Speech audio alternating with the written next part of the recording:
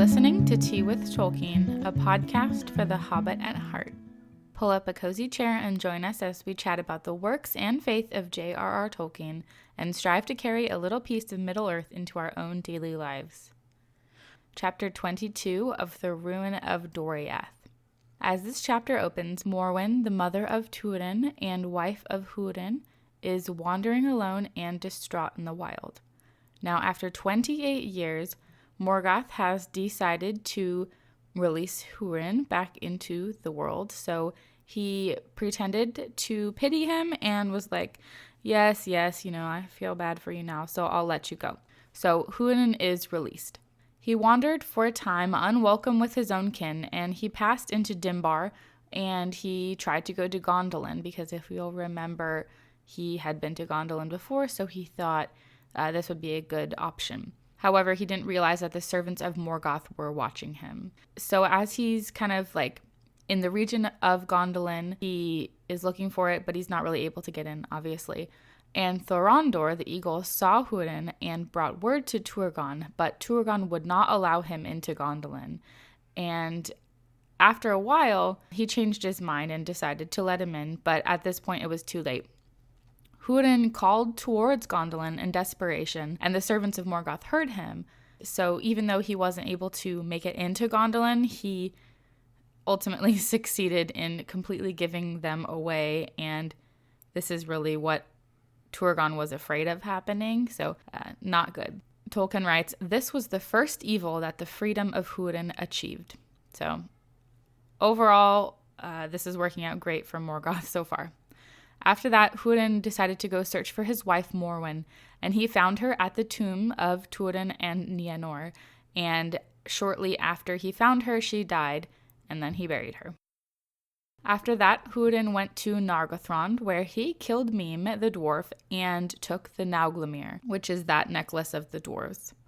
Húrin went to Doriath and gave the Nauglamir to Thingol. At first, he was wrathful, and he felt like his family had been wronged by Thingol, but Melian spoke to him, and the lies of Morgoth were understood after that.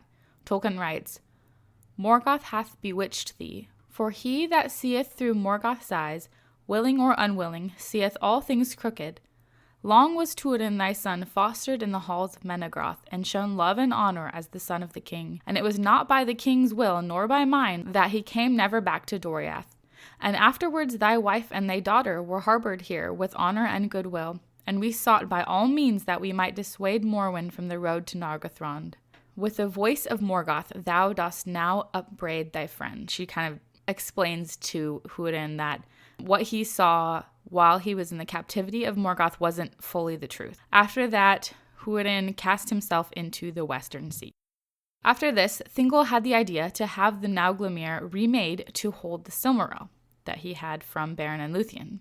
And after the dwarves completed this task, they refused to give it back to Thingol, and Thingol was pretty angry, and he lashed out against the dwarves, and they ended up killing him.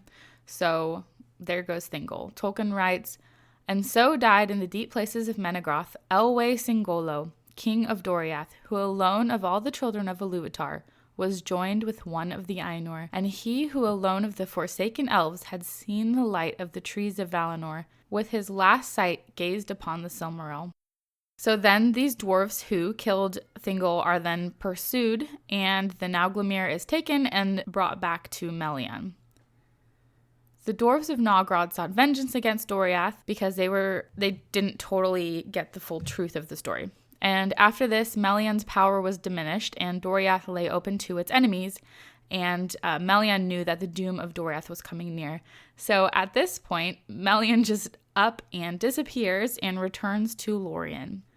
The dwarves who came were able to pass into Menegroth very quickly, and they met the elves in battle, but the dwarves were victorious, and they reclaimed the Nauglamir. So over in Tol Galen, Dior, who was the son of Beren and Luthien, was wed to Nimloth. And I know what you're thinking because there is also a tree named Nimloth. However, totally different, just happened to be two characters with the same name. And they had 3 children, Elured, Elurin, and Elwing, who was the daughter. There came a time of battle when Beren came up against these dwarves, and Beren killed Nogrod, and he gave the Nauglamir to Luthien. And after this, Dior, who was Thingol's heir, brought his family to live in Doriath. At last, Beren and Luthien died, and the Nauglamir was brought to Dior in Doriath.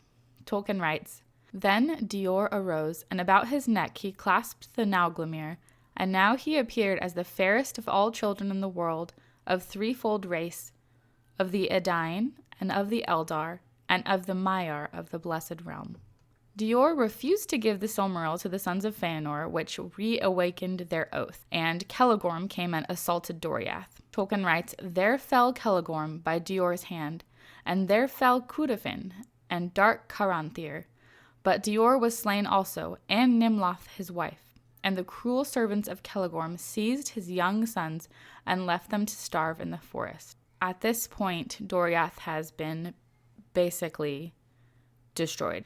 However, the sons of Feanor were not successful because they did not retrieve the Silmaril, because Elwing has escaped to the mouths of the river Sirion with it. She has lost her entire family and is incredibly sad. So this chapter also ends on a sad note, but there is a lot of hope that comes with this because Elwing has escaped and the Silmaril is with her. So we will see what happens next week in chapter 23. This video is a part of our Silmarillion guide series, which offers a quick and easy to understand introduction to the events, characters, and world of the Silmarillion. This guide is also available as a free ebook, which can be downloaded at teawithtolkien.com/shop. If you enjoyed this video, please consider subscribing or telling a friend about Tea with Tolkien.